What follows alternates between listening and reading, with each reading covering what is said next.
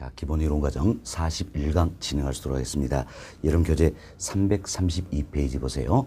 332페이지 2번 챕터 영업의 현금 수익 산정이다 소개되어 있죠. 너무너무 중요한 부분입니다. 설명 잘 들어오시기 바라겠습니다. 자, 먼저 우리가 임대업을 한다 가정하겠습니다. 이처럼 부동산 투자는 크게 3단계 과정을 통해서 이루어지는데, 먼저 이 임대업을 한다 가정했으니까 임대용 부동산을 취득하겠지요. 그리고 임대업이라는 운용의 과정을 거치게 된다는 겁니다. 그리고 이제 취득했던 임대용산 처분을 하게 되겠죠. 처음 투자는 취득, 운용, 처분의 3단계로 이루어진다 할 수 있는데, 이때 이제 이 운용의 과정을 통해서 현금 유입이 이루어진다는 이야기예요. 그래서 운용의 과정을 통해서 현금 유입이 이루어지는데, 이 현금 유입의 크기는 뭐냐입니까? 바로 매년에 세후 현금 수지다 이렇게 보시면 되겠습니다. 또는 세후 현금 흐름이다 이렇게 생각하시면 되겠어요. 사실 최근에는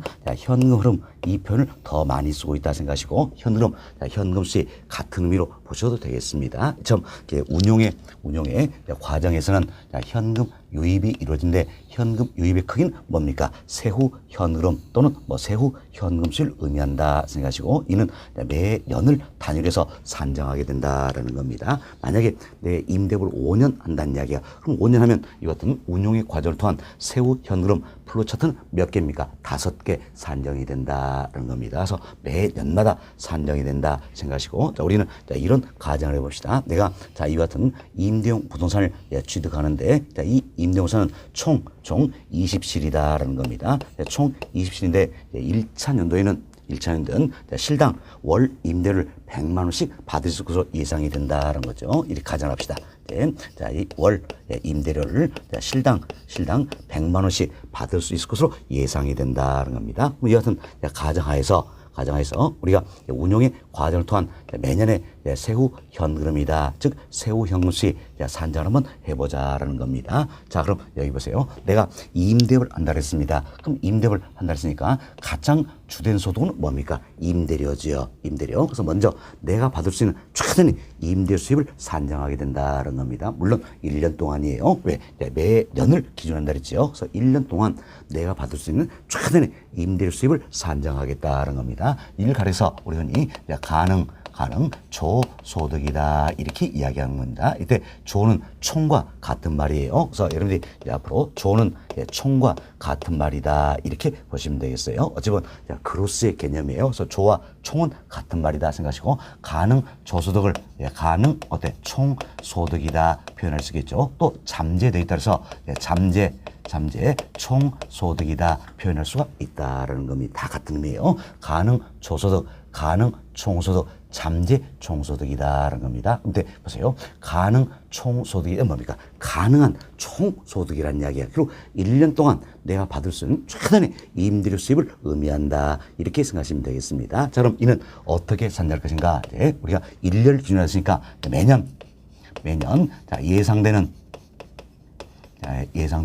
단위당 임대료가 있다는 겁니다. 지금 단위당 임대료 여기에다가 임대 가능 단위수를 곱해버리면 1년 동안 내가 받을 수 있는 최대의 임대 수입이 산정이 된다 할 수 있겠죠. 우리가 가상적인 사례를 하나 설정해놨죠. 이 사례를 통해서 한번 생각해보자는 이야기예요. 이 사례를 통해서 그래서 가능 총소득을 산정을 해보자라는 겁니다. 먼저 매년 예상되는 단위당 임대료가 있다는 겁니다. 이 사례는 단위가 뭡니까? 실이지요. 그럼 실당 임대료가 얼마입니까? 100만 원이지요. 그렇지만 여기 이제 우리 시험 함정이 있는 겁니다. 함정인데 우리 시험에는 대체로 월 이렇게 주어집니다. 월 주어진데 이 플로 차트 자체는 1년을 기준으로 했어요. 1년을 기준으로 따서 여기 보시면 매년 예상되는 단위당 임대료다. 이도 1년을 기준으로 해야 되겠지요. 그럼 자, 단위는 뭐였습니까? 실이었죠. 실당 임대료가 얼마입니까? 월 100만 원이라는 이야기야. 그럼 자, 월 100만 원이니까 반드시 여기에다가 12를 곱해줘야 되겠죠. 그래야 1년치가 되겠다라는 겁니다. 자, 월 100만 원이니까 1년치 우리 계산해서는 12를 곱해주면 되겠지요. 100만 원에 12를 곱해준 이 값이 바로 뭡니까?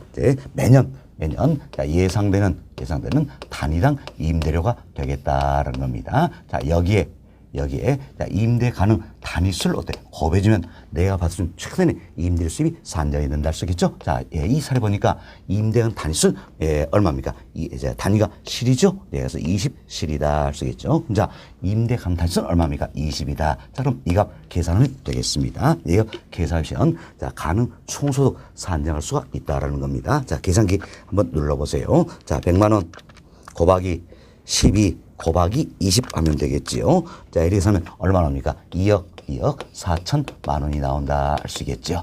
결국은 우리가 가상적인 사례를 하나 설정을 했는데 이 사례에 의해서 자, 가능 총소득 산정해 봤습니다. 얼마입니까? 2억 4천만 원이다 할 수 있겠죠. 자, 다음은 자, 그럼 이때 2억 4천 이 자체가 다 내 호점에 들어올 것인가? 그건 아니란 이야기예요. 자, 여기 보세요. 자, 총 20실이죠. 20실 임대가 다 되면 좋겠지만 경우에 따라서는 임대가 되지 않고 비어 있을 수가 있다는 이야기예요. 이 점 임대가 되지 않고 비어 있는 걸 우리가 뭐라 표현하냐? 공실 이렇게 표현합니다. 공실. 자, 빌 공짜에 집실자 쓰겠죠. 공실이다. 그럼 공실 이 부분은 임대가 안 되고 비어 있는 부분이기 때문에 내가 임대료 받을 수 있어요, 없어요? 없다라는 거죠. 없다. 공실은 임대 받지 못하는 부분이네요. 자, 그리고 또 이런 경우 되겠죠. 이제 임대는 해줬어요. 임대는 해줬지만 임대를 받지 못한 부분이 있다는 이야기예요. 사실 뭐 요즘처럼 경제 안 좋다면 당초에는 월 100만 원씩 임대료 지급하겠다. 도장 꽝꽝 찍었어요. 그렇지만 너무나 사정이 안 좋으니까 임차인이 임대인에게 하소연합니다. 자, 이번 달만 90만 원 좀 해달라는 이야기. 그럼 그놈 정 때문에 알겠습니다. 90만 원 하겠습니다. 자, 그렇지만 다음 달부터는 100만 원 주세요. 할 수도 있잖아요. 그렇죠?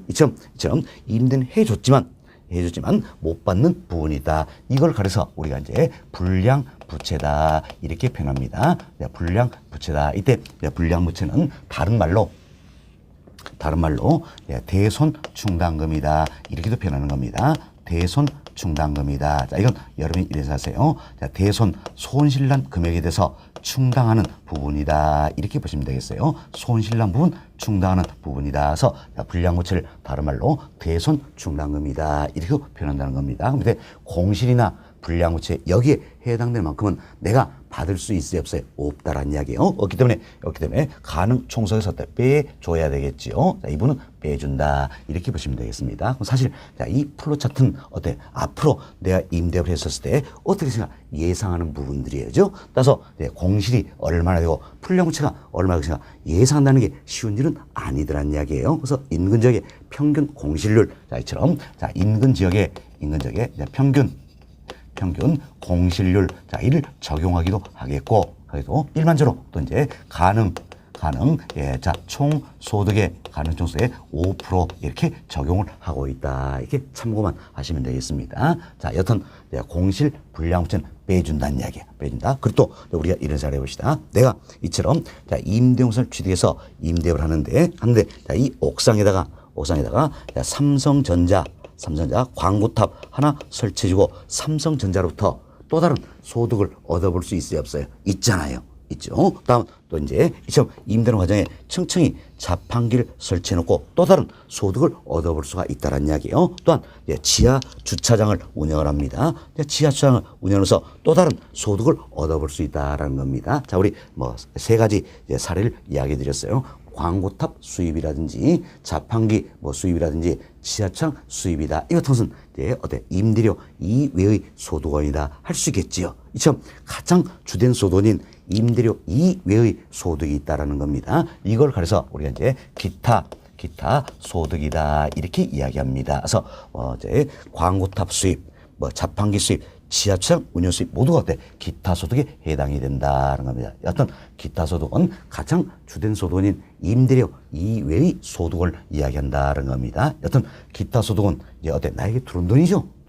따라서 여기 더해 준다는 겁니다. 참 가능 총소득에서 공실 및 불량부채를 빼주고요. 기타 소득을 더해주면 실제 총소득이 산정이 된다는 겁니다. 자, 이걸 가리켜서 우리가 유효 조소득이다 이렇게 이야기합니다. 자, 이는 다른 말로 유효 총소득이다 표현할 수 있죠. 조와 총은 같은 말이라고 했습니다. 다음 실제 실제 총소득이다 표현할 수 있겠죠. 그럼 이 자체 또 내호점이 다 들어오냐? 그건 아니란 이야기예요. 내가 이처럼 임대업을 하다 보면 여러 가지 경비가 발생한다 할 수 있겠죠. 경비 1 그래서 우리가 이제 영업 경비다 이렇게 이야기합니다. 영업 경비, 경비 2도 비용이죠. 내호점이 나가는 거예요. 나가는 거. 그럼 빼준다라는 이야기예요. 그래서 유효 총소득에서 여경비를 빼준다라는 겁니다. 그럼 이제 순수히 영업을 통해서 벌어진 소득이 산정이 된다는 거죠. 이걸 가려서 우리가 이제 순영업소득이다라고 이야기합니다.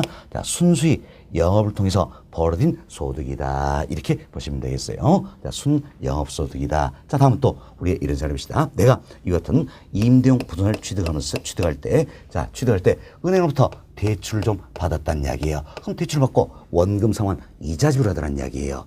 자, 이 자체도 내 호점이 나간 돈이죠? 그럼 결국은 빼줘야 되겠지요. 이걸 가려서 우리가 뭐로 표현하냐? 바로 부채 서비스액이다. 이렇게 표현하는 겁니다. 부채 서비스액. 자, 말 그대로 보세요. 부채 남의 돈 쓰고 서비스 그에 대한 대가로 지불하는 금액이다. 이러면서 부채 서비스액이다. 이렇게 표현하고 있습니다. 이 부채 서비스액 안에는 뭐가 들어갑니까? 바로 원금 상환액과 이자 지불액이 포함이 된다. 할 수 있겠죠. 그래서 1년 동안 이 프로 자체는 1년을 기준한다 했어요. 그럼 1년 기준할 때는 1년 동안 총 상환된 원금과 총 지불한 이자가 포함된 게 바로 뭡니까? 부채 서비스액이다라는 겁니다. 이때 원과 이자를 합해서 우리가 어때? 원리금 이래 표현하죠. 원리금 따라서 부채 서비스액은 어떻습니까? 네, 자 대출 원리금 상환액이다 이렇게도 표현할 수가 있다는 겁니다. 지난 시험에 또 이제 이분도 답이 된 내용입니다. 어때? 부채 서비스액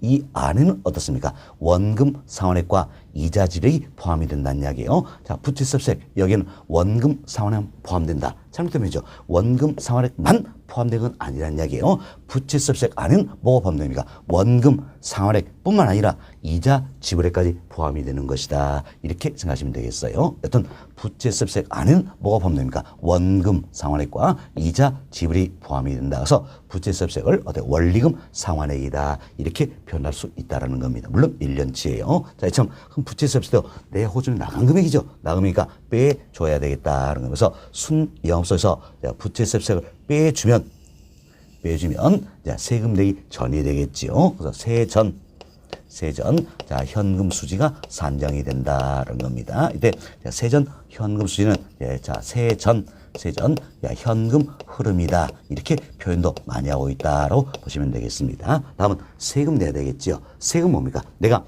이것은 영업을 통해서 벌어진 소득에 대한 세금이라는 이야기예요. 그래서 이름을 영업소득세 이렇게 붙여놨습니다. 결국 소득세의 일종이 되겠지요. 자, 영업의 과정을 통해서 벌어진 소득에 대한 세금이다. 그래서 영업소득세 이름을 짰어요. 세금도 내가 호준이 나가는 거죠. 빼줘야 되겠습니다. 그래서 영업소득세 빼주면 세후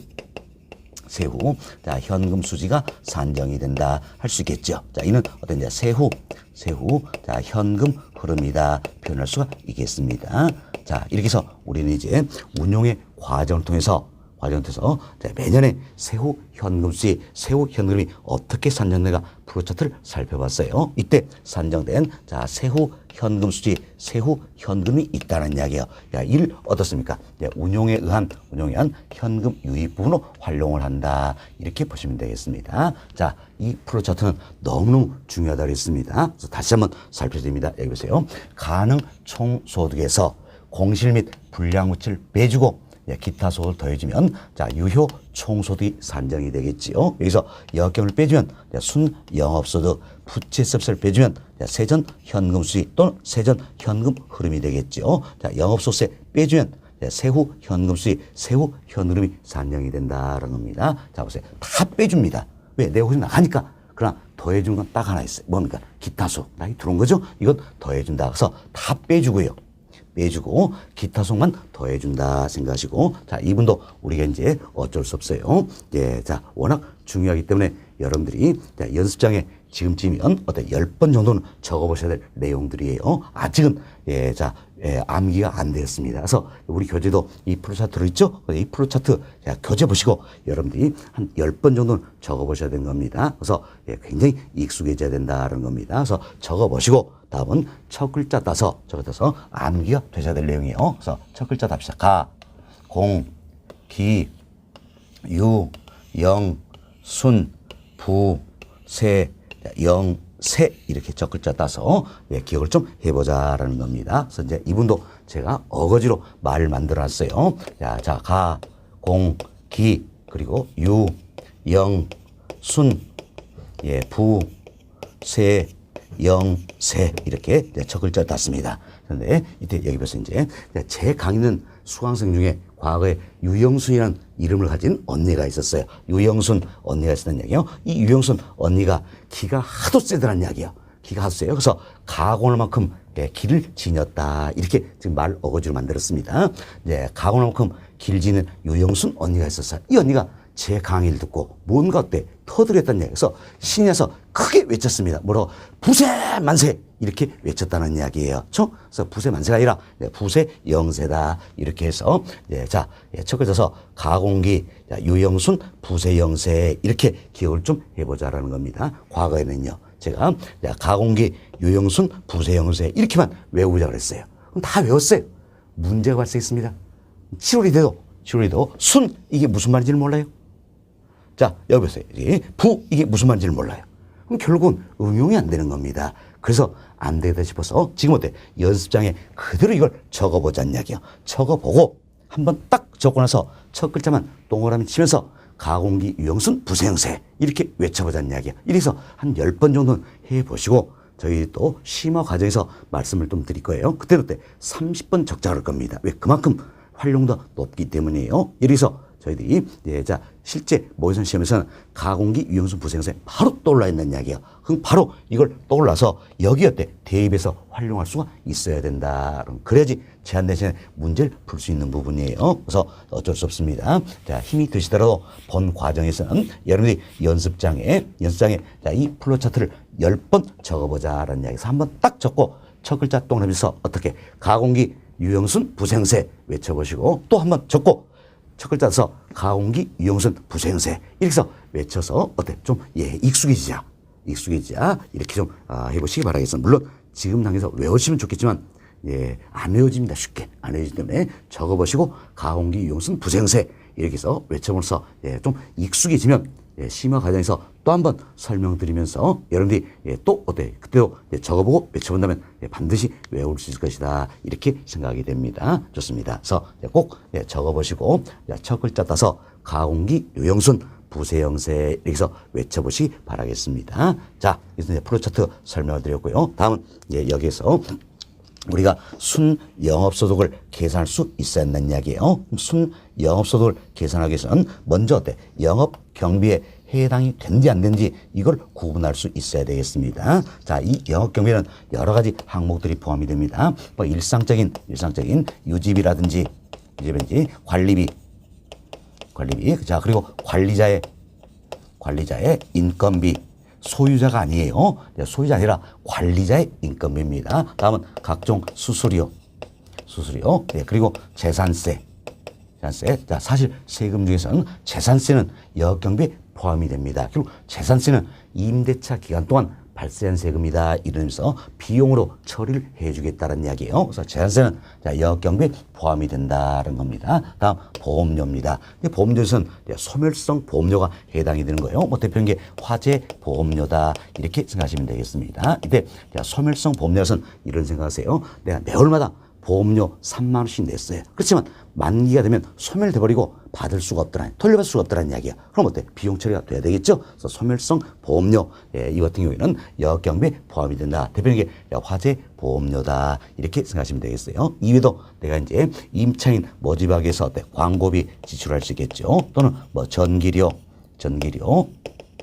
전화료, 뭐 수도료, 수도료 등이 해당이 된다. 이렇게 생각하시면 되겠어요. 등등 뭐 여러 가지가 있다 생각하시고 자 이제 이런 정도 이해가 좀 되시면 되겠어요. 특히 여경 항목에 예를 두 가지를 조심하셔야 됩니다. 자 재산세 이는 어떤 임대차 기간 동안 발생된 세금이니까 비용 처리해 주겠다라는 겁니다. 여경비에 포함된다는 이야기예요. 다음 화재 보험료 역시 여경비에 포함이 된다. 이렇게 생각하시면 되겠습니다. 자, 그리고 여기 벌써 이제 여기는 공실 및 불량 부채다라는 거죠. 자, 이는 별도 항목으로 빼주고 있잖아요. 따라서 여경비에 해당이 됩니까 안 됩니까? 안 된다는 겁니다. 안 된다. 자, 네, 공실 및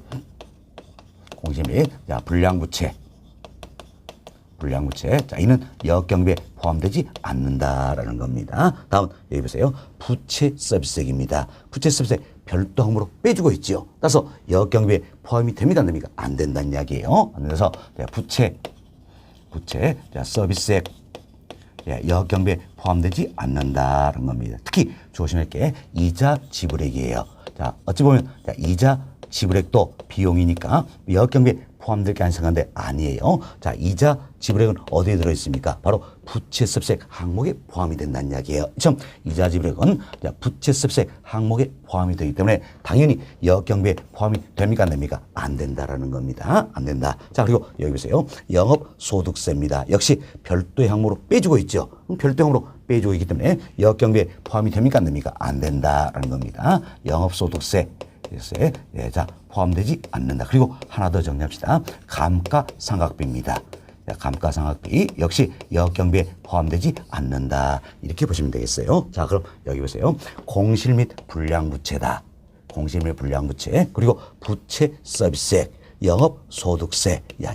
이들은 어때? 별도의 항목으로 어때? 빼주고 있다는 이야기예요. 따라서 자, 여경비에 해당이 됩니까 안 됩니까? 안 된다라는 겁니다. 특히 이 중에서 세 가지. 자, 이자 지불액 여경비에 포함이 됩니까 안 됩니까? 안 되는 거지요. 자, 영업소득세 별도 항목으로 빼주고 있죠. 여경비에 포함되지 않는다라는 이야기예요. 그리고 감가상각비 역시 여경비에 포함되지 않는다. 이 세 가지를 잘 이해하셔야 됩니다. 자, 다시 보세요.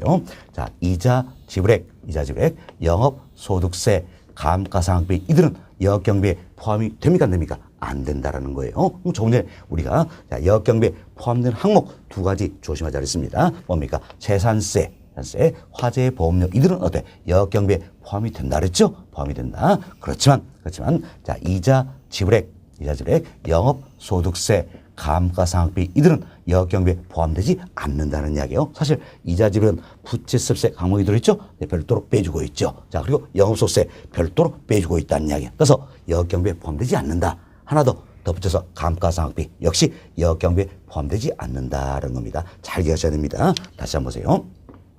자, 재산세나 화재 보험료는 자, 여경비 항목에 포함이 되죠. 그렇지만 자, 이자 지불액, 영업소득세, 감가상각비 이들은 어때? 여경 항목에 포함되지 않는다는 겁니다. 특히 세금 관련해서 자, 재산세는 자, 여경비 포함이 되죠. 여경 항목에 해당이 돼요. 그렇지만 영업소득세는 자, 여경 항목에 해당이 됩니까 안 됩니까? 안 된다. 이렇게 보시면 되겠습니다. 됐습니다. 자, 이렇게 해서 우리는 순 영업소득 산정하기 위해서 자, 여경비에 해당이 되느냐 안 되느냐 살펴봤습니다. 자, 다음은 여기 보세요. 이제 우리가 세후 현금 수지다. 즉 세후 현금을 산정하기 위해서는 자, 영업소득세도 계산할 수 있어야 된다는 겁니다. 즉 영업소득세를 계산하기 위해서 항상 우리가 이제 세금을 계산하기 위해서는 뭐가 필요합니까? 과세 대상 소득이 필요하다. 즉 과표를 잡아야 된다는 이야기예요. 과세 대상 소득을 산정할 때 순 영업소득을 기준으로 할 수도 있고 세전 현금 수지 즉 세전 현금을 기준으로 할 수도 있다라는 이야기예요. 그래서 우리는 순 영업소득을 기준으로 할 수 있도록 하겠습니다. 자, 순 영업소득을 기준으로 해서 과세 대상 소득을 먼저 살펴보자라는 겁니다. 자, 여기 보세요. 자, 순 영업소득 여기에다가 대체 충당금이라는 게 있어요. 대체 충당금이다. 자, 이건 더해줍니다. 자, 대체 충당금은 이렇게 생각하세요. 대체시키기 위해서 충당하는 금액이다라는 이야기요. 자, 우리 이런 일 한번 들어봅시다. 내가 이 같은 임대업소를 취득해서 임대를 하고 있다는 이야기. 그런데 내가 5년 동안 임대할 예정이에요. 그럼 5년 동안 임대할 예정인데 4년째 4년째 이 이 임대용부산에 에어컨을 전면 교체할 필요가 있을 것 같다는 이야기예요. 그럼 에어컨을 전면 교체할 때 일시에 목돈이 들어가겠지요.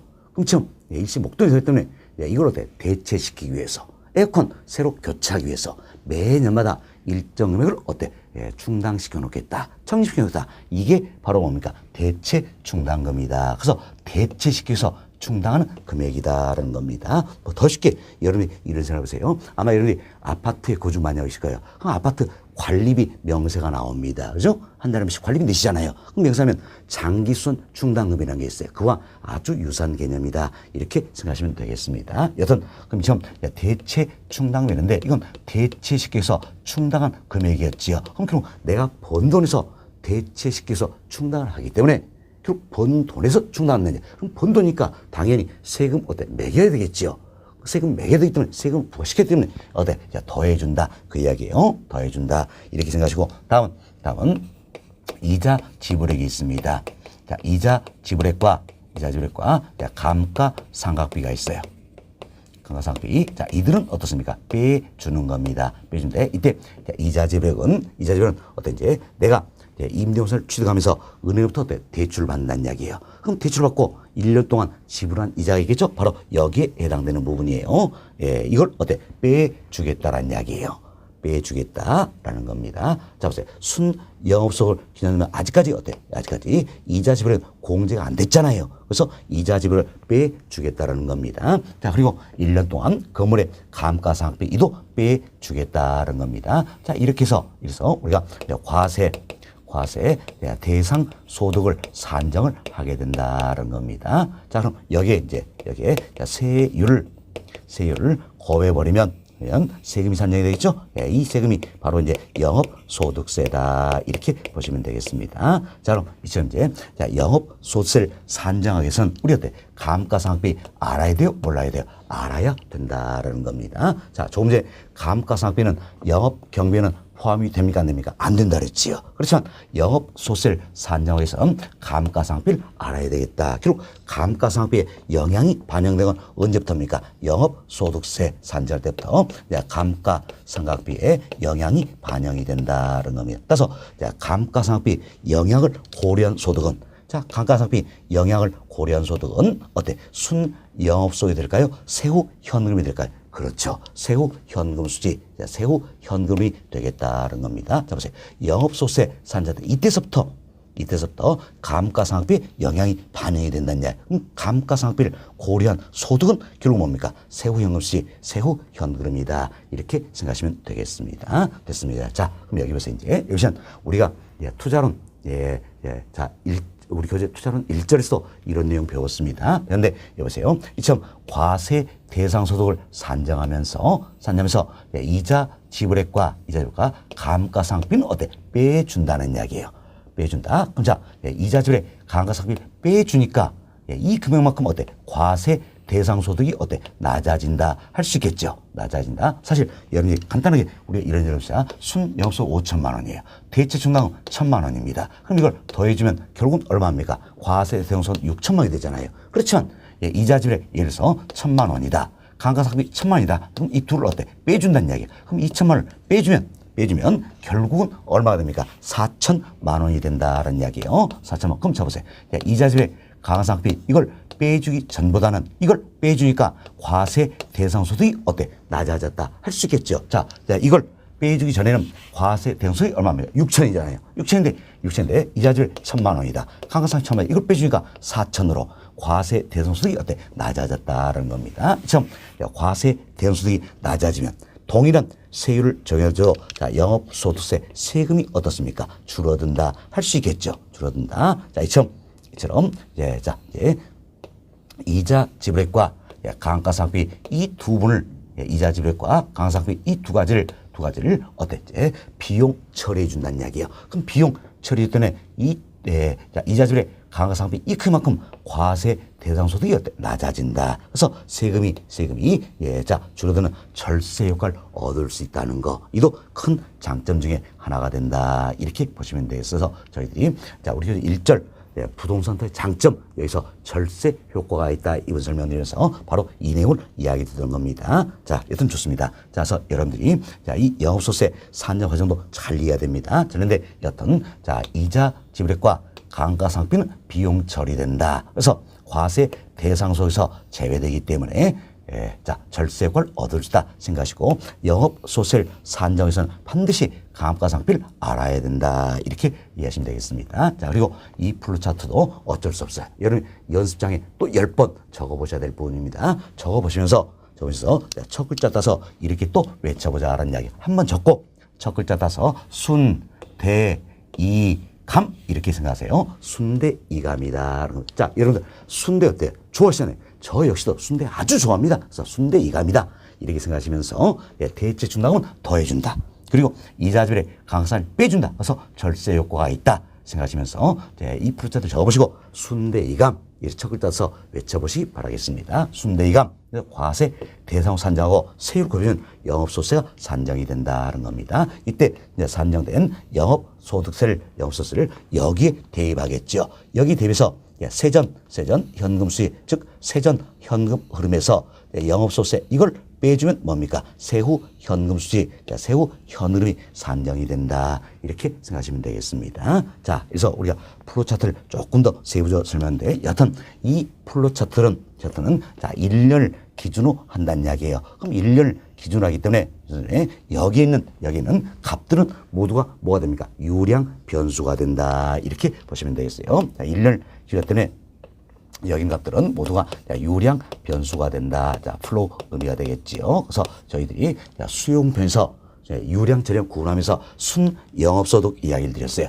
순영업소득은 순수히 영업을 통해 벌은 소득이다. 1년 기준으로 산정되기 때문에 유량의 개념이다. 이야기 드렸는데 자, 이 플로차트 자체가 1년 기준 때문에 이 플로차트에 나와 있는 항목들은 모두가 뭡니까? 유량이다. 이렇게 보시면 되겠어요. 자, 이 플로차트에서 소득들이 있지요. 그런데 여보세요. 가능 총소득이 있네요. 다음은 유효 총소득, 순영업소득, 자, 세전 현금 수익 또는 세전 현금, 세후 현금 수익 또는 세후 현금이 있다. 자, 이 소득도 다 뭡니까? 1년 기준이니까 당연히 유량이다. 이렇게 보시면 되겠어요. 종종 모의고사에서 유량, 저량 구분해서 세후 현금이다. 이 표현 나옵니다. 당연히 1년 기준이니까 뭡니까? 유량이다. 이렇게 생각하시면 되겠습니다. 됐습니다. 자, 이래서 설명을 좀 드렸고요. 다음은 또 우리가 이제 2분도 한번 살펴봅시다. 자, 여기는 자, 유효 총소득을 산정을 하고자 한다는 이야기야. 그럼 지금 유효 총소득을 산정하기 위해서는 우리가 어때? 여기까지만 알면 되겠다 할 수 있겠죠. 지금 유효 총소득을 산정하면서 자, 영업 경비 알 필요 있어요 없어요? 없다라는 이야기예요. 없다. 그리고 유효 총소득을 산정할 때는 재산세, 화재보험료 이런 거 알 필요 없다라는 이야기예요. 또한 부채세입세 알 필요 없겠죠? 이자지불액 알 필요 없더라. 영업소득세, 감가상각비 알 필요 없다라는 이야기예요. 자, 유효 총소득을 산정하기 위해서는 자, 여기까지만 알면 되겠다. 그래서 임대료라든지 자, 뭐 공실, 기타 소득 여기까지만 알면 유효 총소득 산정할 수 있다 생각하시면 되겠어요. 다음은 순영업소득을 산정하자 합니다. 그럼 순영업소득을 산정해서는 이제는 어디까지 알아야 됩니까? 바로 여기까지 알아야 된다 할 수 있겠죠. 여기까지 알아야 된다. 그럼 지금 순영업소득을 산정할 때는 어때? 이제 자, 영업경비 항목도 알아야 되겠죠. 재산세 납부한 게 있는지 화재보험료 납부한 게 있는지 알아야 된다라는 겁니다. 그렇지만 순영업소득을 산정할 때도 부채세입세 몰라도 되겠죠. 이자지불액 몰라도 되겠다. 자, 영업소득세 몰라도 되겠죠. 감가상각비 몰라도 되겠다. 여튼 여기까지만 알면 되겠다. 이렇게 생각하시면 되겠어요. 다음은 우리 이제 세전 현금 산정을 하고자 한다냐. 그럼 이때는 어디까지 알아야 됩니까? 여기까지 알아야 되겠죠? 그래서 세전 현금 수익, 세전 현금을 산정을 하게 된다는 겁니다. 그럼 자, 세전 현금 이걸 산정하기 위해서는 자, 역경비도 알아야 되겠지요. 자, 다음 부채세입세 알아야 되겠죠? 이자지불액도 알아야 된다는 겁니다. 다만 세전 현금을 산정할 때 영업소득세나 감가상각비 이건 몰라도 되겠다는 겁니다. 다음 세후 현금 수익, 세후 현금을 산정한다. 이때는 어때? 영업소득세, 감가상각비까지 다 알아야 된다 생각하시고 여러분들이 이 플로차트를 통해서 자, 유효 총소득을 산정하고자 한다. 그럼 어때? 여기까지만 알면 되겠다. 다음은 순영업소득 산정하고자 한다. 그럼 어때? 여기까지만 알면 되겠다. 다음은 세전 현금 수지, 세전 현흐름 산자원자. 그럼 어떻습니까? 여기까지 알아야 된다. 이렇게 생각하시면서 연습을 좀 해보시면 되겠습니다. 자, 다음은 우리가 이제 크기를 한번 비교해 보자는 겁니다. 크기를 비교하는데, 자, 여기는 유효 총소득과 영업 경비 이 크기를 비교해 보자는 이야기예요. 자, 보세요. 이제 자, 유효 총소득과 자, 유효 총소득과 자, 순영업소득 이걸 비교해 봅시다. 자, 유효 총소득과 영업소득이다. 이걸 비교해 보자는 이야기야. 그럼 일반적으로 여기는 유효 총소득과 순영업소득 비교하면 당연히 뭐가 될까요? 유효 총소득이 더 크다는 걸 알 수 있겠지요. 유효 총소득이 더 크다라는 겁니다. 왜? 영업경비는 발생이 안 될 수가 없다는 이야기죠. 유효 총소득이 더 크다고 할 수 있겠죠. 다음은 순영업소득과 자, 세전 자, 현금 수지다. 이걸 비교해 봅시다. 자, 순영업소득과 세전 현금 수지, 현금을 비교해 보는데 이때는 우리가 이런 생각을 이야기요. 전액 자기 자본만으로 투자가 이루어졌다는 이야기예요. 그럼 전액 자기 자본만으로 투자가 이루어지면 타인 자본 전혀 활용하지 않았지요. 따라서 원금 상환할 필요 있어요, 없어요? 없지요. 이자 지불할 필요 있어요, 없어요? 없다는 이야기예요. 그럼 결국은 부채세법이 얼마입니까? 0이 되겠죠. 그럼 부채세법이 0이니까 당연히 순영업소득과 세전 현금은 어떻습니까? 같다는 걸 알 수 있겠지요. 그렇지만 타인 자본을 활용한다는 이야기예요. 타인 자본을 활용을 한다면 어때? 자, 이자 지불 해야 되겠죠. 경우 따라서는 원금도 상환이 됐네. 그럼 부채세법이 있기 때문에 당연히 이때는 순영업소득과 세전 현금 비교하면 어디가 더 큽니까? 순영업소득이 더 크다. 이렇게 보시면 되겠습니다. 자, 다음은 세전 현금 수지, 즉 세전 현금과 세후 현금 수지, 즉 세후 현금 이걸 비교해 보자는 이야기예요. 세전과 세후 이걸 비교해 보는데 이때도 조건을 잘 보셔야 되는 겁니다. 자, 근데 우리가 이런 생각을 해봅시다. 자, 과세 대상 소득이 있다라는 이야기예요. 자, 이처럼 과세 대상 소득이 플러스 값이다. 그럼 결국 세금 내야 돼, 안 내야 돼? 내야 될 게 있겠죠. 자, 이 값이 플러스 값이라면 자, 세금을 내야 되느냐. 그리고 투자자가 납세 의무자예요. 납세 의무자다. 그럼 결국 세금을 내야 되겠지요. 그럼 자, 이와 같은 조건 하에서 이 조건을 잘 보셔야 되겠어요. 이와 같은 조건 하에서 자, 세전 현금과 세후 현금 어디가 들어가요? 당연히 세전 현금이 더 크다. 이렇게 생각하시면 되겠습니다. 자, 이래서 우리 몇 가지 크기도 비교를 했고, 다음은 여기 보세요. 여기 보시면 자, 이 플로 차트에서 중요한 소득은 5가지가 있어요. 5가지. 가능 총소득, 다음은 유효 총소득, 순영업소득, 세전 현금, 세후 현금 5가지가 있다는 건데 이때 여기는 자, 가능 총소득, 유효 총소득, 순영업소득 이 3가지입니다. 자, 이 3가지예요.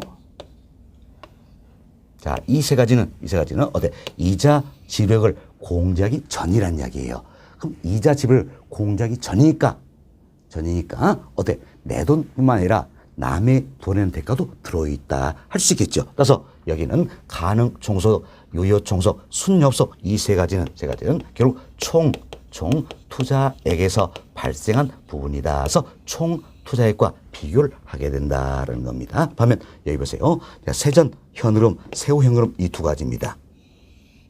자, 이 두 가지는 이자 지불을 공제한 다음이란 이야기예요. 그럼 이자 지불에 공제를 다 했으니까 남의 돈에 대한 다 빠져나갔죠? 오로지 뭡니까? 내 것만 남았다라는 겁니다. 내 것만 따서 세전, 세후, 현금의 이 2가지는 결국 어디서? 자, 지분 투자액에서 발생한 부분이다. 그래서 뭐가 비교합니까? 지분 투자액과 비교한다. 이렇게 생각하시면 되겠어요. 자, 잘 기억하셔야 됩니다. 여기 보세요. 가능 총소득, 유효 총소득, 순영업소득 이 3가지는 이자 지불을 공제하기 전이라는 이야기예요. 그래서 남의 돈에 대가도 들어있다. 그래서 총 투자액에서 발생한 부분이다라는 겁니다. 그래서 뭐가 비교합니까? 총 투자액과 비교하는 것이고, 다음 세전 현금, 세후 현금 이 2가지는 이자 지불에 공제한 다음이라는 이야기예요. 그래서 남의 돈에 대가 다 빠져나갔죠. 오로지 내 돈만 남았다. 그래서 지분 투자액과 비교를 한다. 이렇게 보시면 되겠습니다. 여튼 가능 총소득, 유효 총소득, 순영업소득 뭐가 비교합니까? 총 투자액과 비교한다. 다음 세전, 세후 두 가지는 뭐가 비교합니까? 지분, 투자액과 비교한다는 겁니다. 자, 이제 이걸 잘 해서 종종 우리 시험 이런 질문이 나옵니다. 자, 보세요. 이제 세전 현금 수지를 총투액으로 나누어 이런 표현이 나옵니다. 이제 무조건 더 이상 볼 것도 잘못됐다. 자, 세전 현금 수지는 총 투자액과 비교합니까? 지분 투액과 비교합니까? 지분 투액과 비교하는 거지요. 지분 투액. 그래서 세전 현금 수지를 총투액 나누어 이런 표현은 무조건 잘못됐다는 이야기예요. 잘못됐다. 자, 다음 또 여기 보세요. 순 영업 소득을 지분 투액으로 나누어 이런 표현은 이것도 무조건 잘못됐다 할 수 있겠죠. 왜? 순 영업 소득은 뭐가 비교합니까? 총 투자액과 비교하는 것이다. 이렇게 생각하시면 되겠어요. 그래서 이 원리를 이해해 놓으시면 공식을 몰라도 돼. 풀 수 있는 지분이 꽤 많다 생각하시면 되겠습니다. 자, 가능 총소득, 유효 총소득, 순 영업소득 여기까지는 뭐가 비교한다? 총 투자액과 비교한다. 다음 세전, 세후 현금이다. 이는 뭐가 비교합니까? 지분 투액과 비교한다. 이렇게 잘 이해를 좀 해놓으시기 바라겠습니다. 자, 여기까지 말씀을 드리고 자, 여러분 교재 살펴보시면서 반복학습 하시도록 하겠습니다. 자, 332페이지 보세요. 332페이지 보시면 두 번째부터 영업의 현금수익 산정이다. 너무너무 중요하다 했어요. 별표 13개짜리입니다. 별표 13개 놓으세요. 자, 별표. 자, 13개. 이 의미가 뭡니까? 최근 5년 동안 이 플로트 관련해서, 이 플로 차트 관련해서 13문제 연관 출제했다는 이야기. 이처럼 출제가 많이 되고 너무너무 중요하니까 제가 어때? 10번 적어보고, 어때? 첫 글자 써 외쳐보자. 이렇게 이야기 듣던 겁니다. 자, 이제 교재 봅시다. 교재 보시면 먼저 플로 차트도 살펴봅시다. 자, 가능, 자, 조소득이죠. 이는 가능 총소득, 잠재 총소득 표현다 했습니다. 여기서 공실 및 불량부채를 빼주겠다는 이야기야. 불량부채는 대손 충당금이다 표현한다 그랬죠. 그리고 기타 소득을 더해줍니다. 뭡니까? 유효 조소득이다. 자, 이는 유효 총소득, 실제 총소득 표현한다 그랬습니다. 다음 여기서 영업경을 빼주면 순 영업소득이지요. 부채 세입세를 빼준다는 이야기예요. 빼준다. 이때 부채 세입세 이걸 어떻습니까? 우리가 대출 원리금 상환액이다 표현을 쓰겠죠. 왜? 원과 이자를 합한 개념이기 때문입니다. 다음 이제 자, 이처럼 순 영업소에서 부채 세입 빼주면 세전 현금 수익, 세전 현금이 산정이 되는 거지요. 영업소득을 빼주면 세후 현금 수익, 세후 현금이 산정이 된다. 이렇게 보시면 되겠어요. 그래서 플로차트 잘 인식하고 첫 글자 동그라미 치세요. 그래서 가, 공, 기, 유, 영, 순, 부세, 영세 이렇게 기가 자라는 겁니다. 다음 양월 1번 편과로 1번 봅시다. 첫 번째를 자, 가능 조소득이란 자, 우리 여기 설명드린 내용이요. 가능 조소득이란 투자 부동산을 얻을 수 있는 최단의 임대료 수입이다. 결국 1년 동안 내가 얻을 수 있는 최단의 임대료 수입이다 할 수 있겠지요. 자, 1 다시 보세요. 투자 부동산 얻을 수 있는 최단의 임대료 수입이다 하는 거죠. 그래서 다른 말로 가능 총소득, 잠재 총소득이라고 한다. 자, 박스 보세요. 참 가능 총소득은 어떻게 산정했습니까? 매년 예상되는 단위당 임대료가 있다. 여기에 임대 가능 단위수를 어때? 곱해서 산정한다라는 겁니다. 다음 편과 2번 보세요. 임대료 되지 않고 남아있는 분을 뭐라 합니까? 공실. 비록 임대는 되었지만 임대를 받지 못한 분을 뭐라 합니까? 불량부채 또는 대손 충당금 이렇게 표현하지요. 자, 이처럼 공실 불량부채 이걸 어때? 예상하는 것은 쉬운 일이 아니란 이야기예요. 그래서 인근적에 평균 공실 정해서 듣고 우리 교재에 나온 것처럼 일반적으로 가능 총소득의 5%를 적용하기도 한다. 이렇게 참고하시면 되겠습니다. 다음 평균 3번 기타 소득입니다. 자, 주된 소득은 임대료 즉 임료 이외의 소득이다. 그래서 대표적으로 자판기 수입, 광고탑 수입, 주차장 임대 수입 등이 있다라는 겁니다.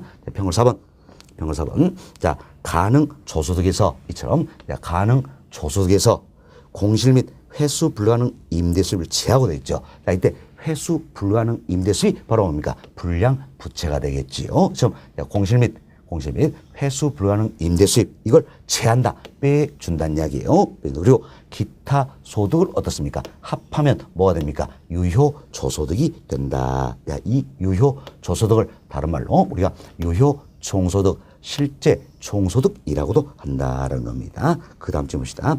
자, 유효 조소득은 잠재 총소득의 잠재 총소득이 뭡니까? 가능 총소득이 되겠지요. 여기에 공실 및 불량부채 손실과 공실 불량부채는 어때? 예, 손실이니까 빼주겠죠.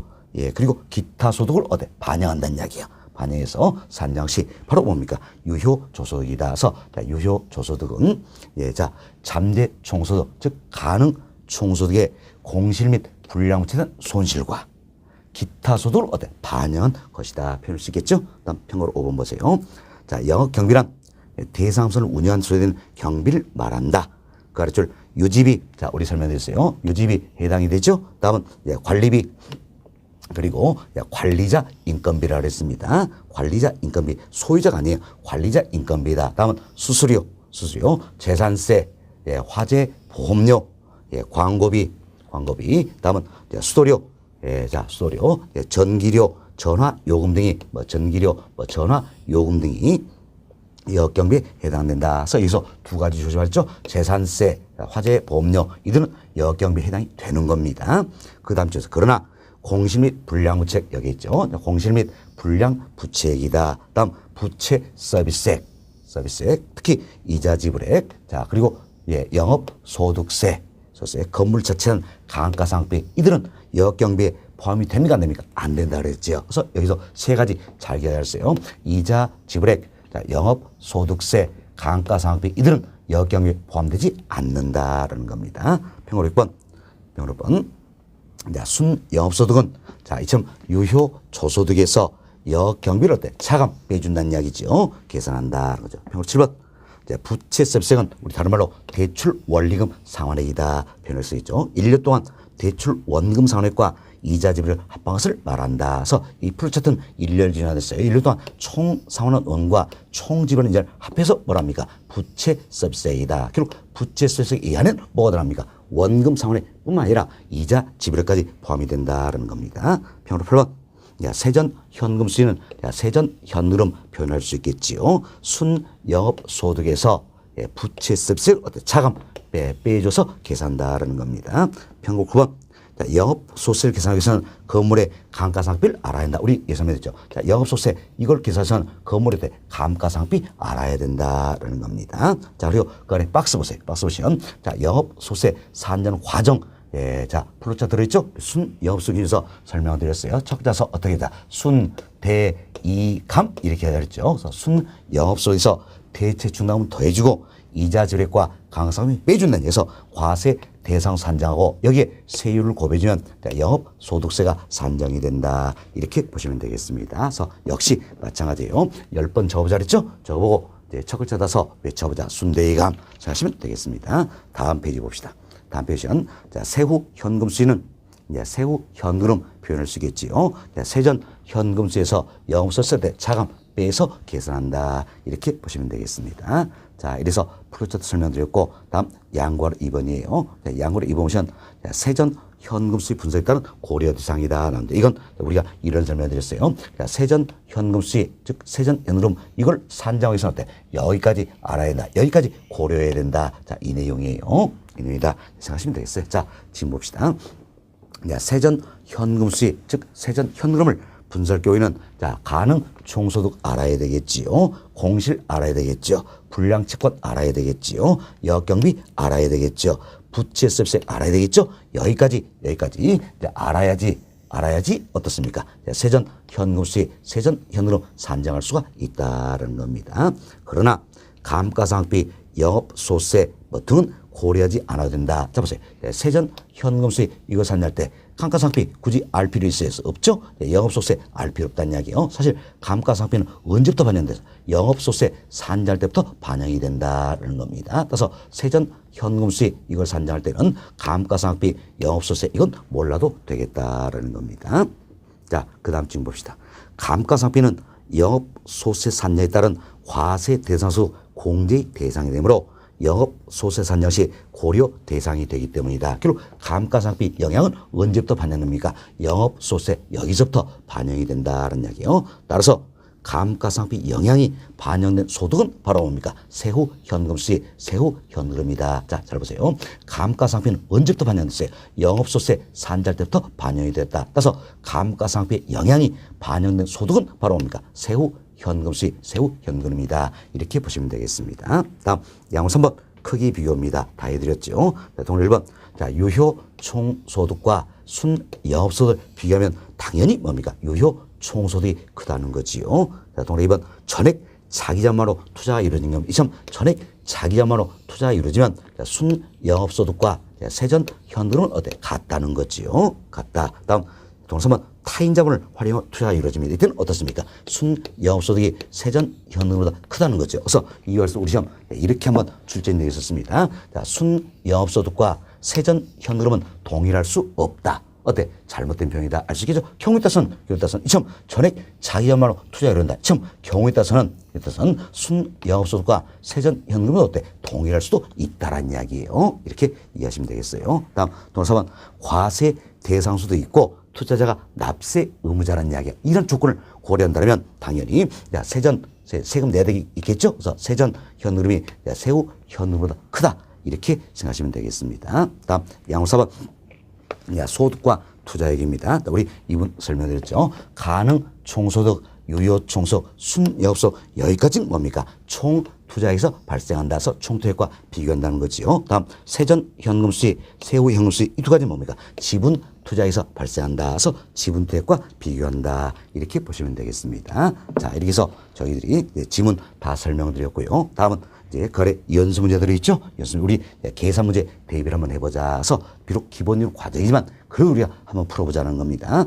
자, 어느 회사의 1년 동안의 운영 수익이다. 세후 현금 수익. 자, 문제에서 뭘 산자를 했어요? 세후 현금 수익. 이걸 산자를 했죠. 그럼 여러분들이 얼른 박스를 보시면서 어디서부터 출발할 것인가 찾아야 됩니다. 가능 총소득도 구할 것인가, 순영업소득도 구할 것인가, 이걸 생각하셔야 된다는 이야기예요. 그럼 저 주인 조건 보세요. 가능 총소득 나와 있잖아요, 박스에. 그럼 결국은 가능 총소득부터 산정을 해야 되겠구나. 이 생각하시고 얼른 우리 현재 플로 차트 그린다는 겁니다. 근데 보세요. 첫 글자 서 가, 공, 기, 유, 영, 순, 부, 세, 영세 이렇게 해서 얼른 풀어서 드리고 가능 총소에서 공실 불량집이고요. 기타 수 더해지면 자 유효 총소득이 산정이 되겠죠. 자 여기를 빼주면 순영업소득이다. 부채습색 빼주면 세전 현금이지요. 자 영업소득 빼주면 세후 현금, 세후 현금수가 산정이다. 결국 뭘 구하자? 세후 현금수 이걸 구해보자라는 겁니다. 그럼 그대로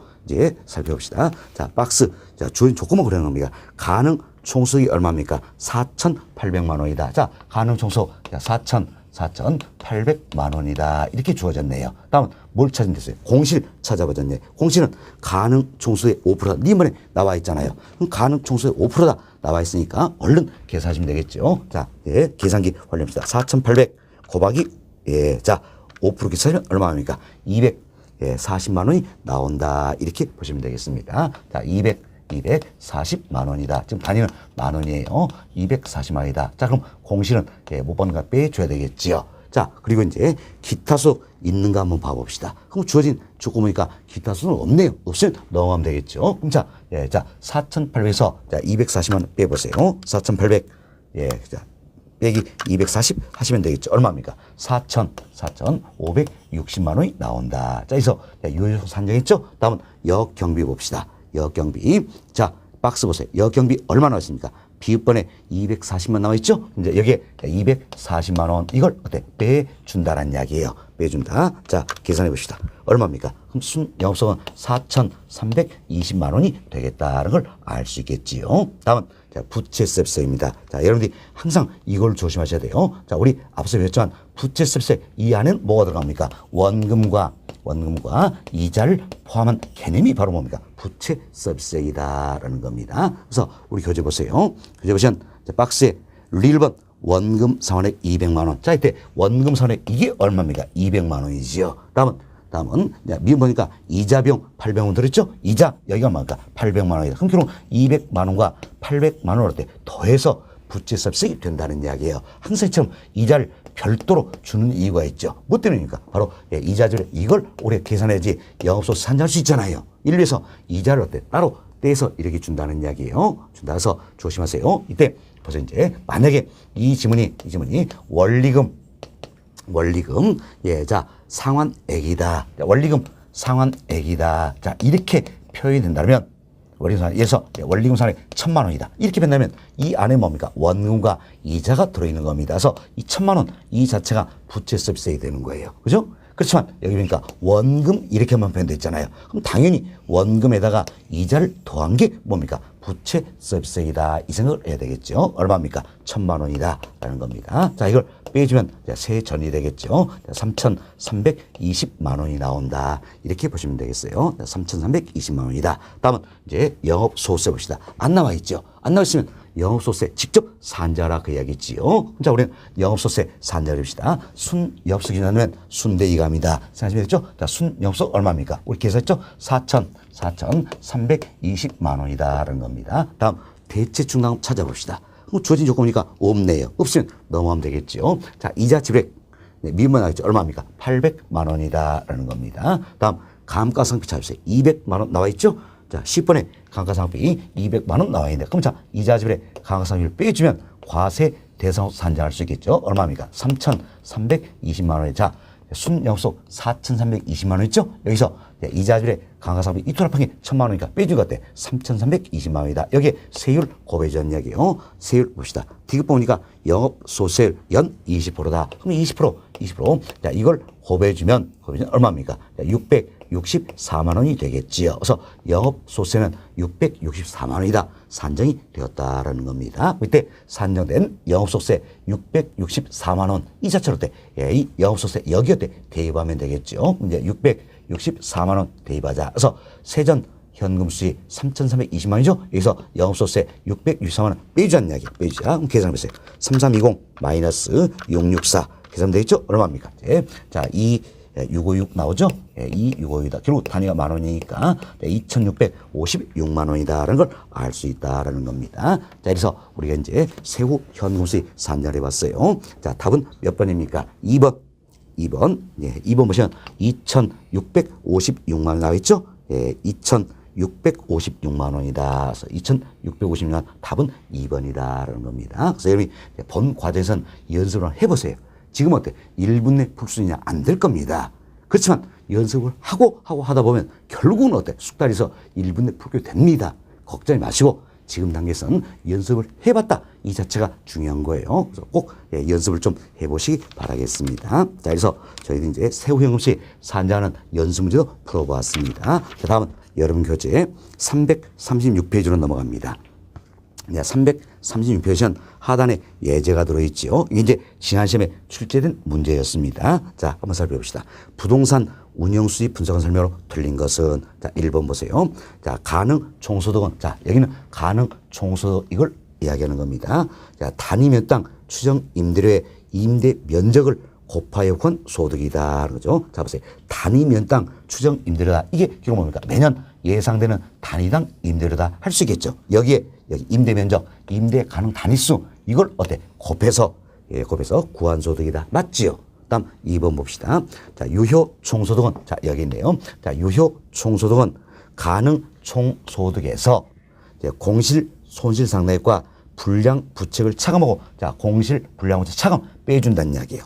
그리고 기타 수입을 자, 기타 소득을 더해서 구한 소득이다. 맞지요? 결국은 가능 총소득에서 공실 불량 부채 빼주고 기타 소득 더한 게 뭐가 됩니까? 유효 총소득이다. 이런 의미예요. 다음 3번 봅시다. 순영업소득은 자, 여기는 순영업소득이에요. 순영업소득은 유효 총소득의 각종 영업 외 수입을 더한 소득으로 잡으세요. 이때 여러분들이 여기 자, 각종 영업 외 수입이다 나와 있죠? 영업 외 수입이 뭘 얘기하냐? 기타 소득이에요. 자, 영업 외 수입이다. 이렇게 표현했는데 영업 외 수입은 기타 소득을 의미하는 것이다. 이렇게 보시면 되겠습니다. 자, 그럼 보세요. 유효 총소득에 기타 소득, 즉 영업 외 수입을 더한 게 순영업소득이니까 아니죠. 잘못됐으면 알 수 있겠죠. 잘못됐으면 이렇게 생각하시면 되겠어요. 순영업소득은 자, 유효 총소득에 자, 각종 영업 외 수입을 더한 이걸 지워버리시고 여기 뭡니까? 기타 이걸 지워버리시고 여기 뭐라 표현되어 있어요? 영업 경비를 차감한 소득이다. 이렇게 보시면 돼요. 그래서 3번 이 점에서 각종 영업 외 수입을 더한 이걸 지워버리시고 어떻게 합니까? 영업 경비를 차감한 차감한 이렇게 표현하면 되겠죠. 결국은 자 보세요. 순영업소득은 유효 총소득의 영업 경비를 어때? 차감한 소득이다. 이렇게 표현되어 올바른 문장이 되겠지요. 다음 질문. 부동산 운영을 통해 순수하게 귀속되는 영업소득이다 할 수 있겠지요. 그래서 3번 앞질문이 잘못되어 있어요. 4번 세전 현금 흐름입니다. 자, 세전 현금은 세전 현금 생각하시면 되겠죠. 순영업소득에서 부채 서비스액을 차감한 소득 맞지요. 다음 세후 현흐름입니다. 자, 이는 세전 현금 흐름에서 영업소득세를 차감한 어때? 소득이다 할 수가 있겠습니다. 자, 그래서 틀린 문장은 몇 번입니까? 3번 이렇게 보시면 되겠죠. 어때? 지난 시험에 출제했지만 우리 플로차트만 여러분들이 이해를 하신다면 크게 문제없이 풀 수 있는 그와 같은 문제였어요. 여튼 여기 보세요. 순영업소득은 어떻게 했습니까? 유효 총소득에서 영업경비를 어때? 차감해서 구한 소득이다 할 수 있겠죠. 3번이 잘못되어 있다 이렇게 보시면 되겠습니다. 자, 이렇게 해서 저희들이 이제 계산 문제도 대비해드렸고 예제도 풀어드렸습니다. 자, 이번 시간은 여기까지 정리합니다.